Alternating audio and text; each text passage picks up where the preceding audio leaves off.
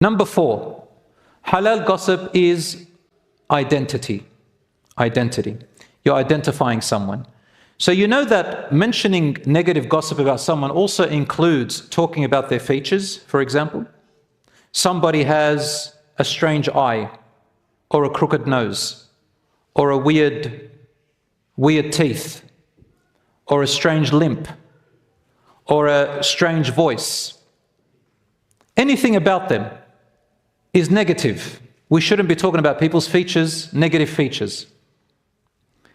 If they dislike it, of course. But you want to say something good about them, or you want to remember someone, or you want to deal with someone in a good way, for a good reason, and you could not remember their name, and then the person in front of you knows that if you mention the feature, they might know him. So you say, you know, the person who normally has a limp in their left leg, everybody knows him. Now, you're intending to just identify, not to ridicule. In that case, it is halal gossip. SubhanAllah, some people turn it into a business to joke about other people's shortcomings and disabilities. Even if somebody truly is disabled, a person who is mentally disabled or physically disabled, we should not ever talk about their disability unless we need to. Number 5, halal gossip.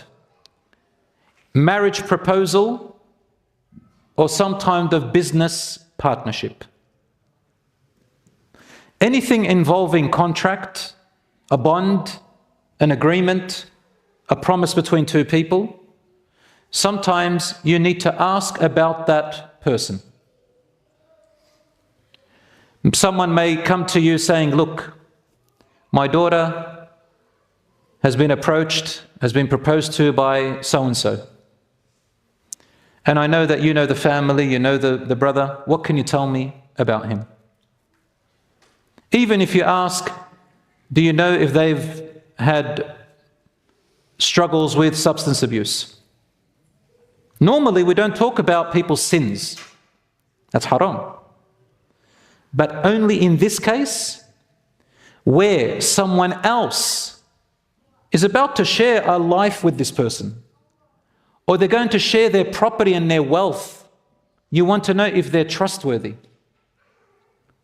Then it's halal to mention some negative things about that person, which in normal cases it would be haram. Does that make sense? Some scholars said, if a person approaches you about a proposal for themselves or for their daughter or for their son or for anyone in their family, and they want to ask you about them, and it involves them, some scholars say it is actually an obligation. You have to. You have to mention anything serious about them to them, but they said within condition. You have to say it with respect. You have to try and mention more good than bad about that person, unless the person is just a dropkick, loser, completely gone.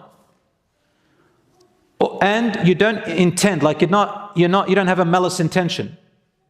Let's say someone approached you about the marriage to such and such a girl, and you had the intention to also probably marry that girl, but you just didn't get there in time. And the person comes to you and you say, I'm going to wipe the floor with this guy so that she doesn't take him and I can go and propose to her.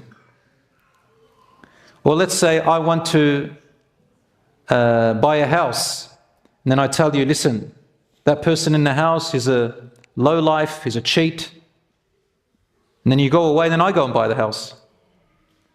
So in this case, this is terrible, this is a major sin. But any other case, if it's genuine and honest, and you know, it's an obligation. But if you're not sure, say, I'm not sure. Number 6, and the last one, halal gossip, is when you need to talk about a public sinner, a person who parades their sin and doesn't care.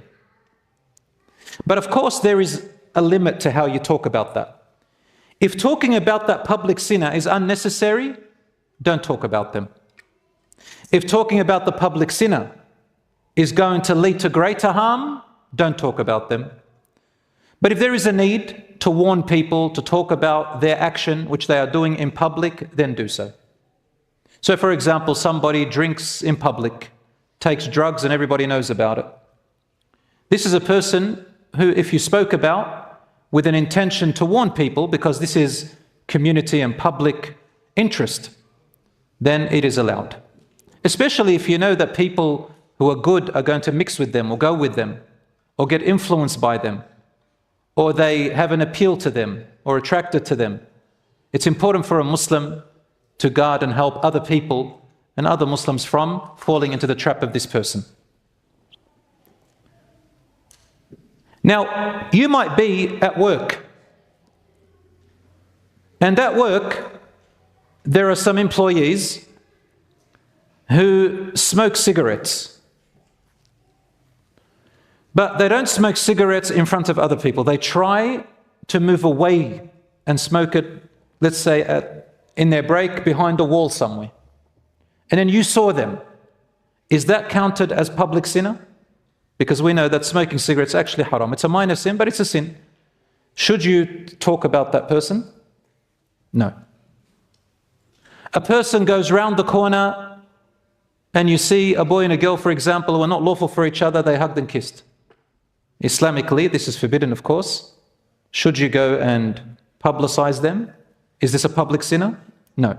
They're trying to hide it. You can go and advise them. Of course, if there is going to be harm to someone else, then you advise them, and if they don't listen, then you can inform the victim, the person who is involved and will be harmed. So anyway, each case by case, sometimes it's very difficult to tell you whether you should say something or not. Before doing anything, brothers and sisters, always seek advice from someone learned of what you should do, so that we don't turn a problem that can be resolved into a bigger problem that cannot be resolved. And this is a very important rule in Deen, that it is forbidden to change a bad thing if changing it is going to lead to something worse. You leave it.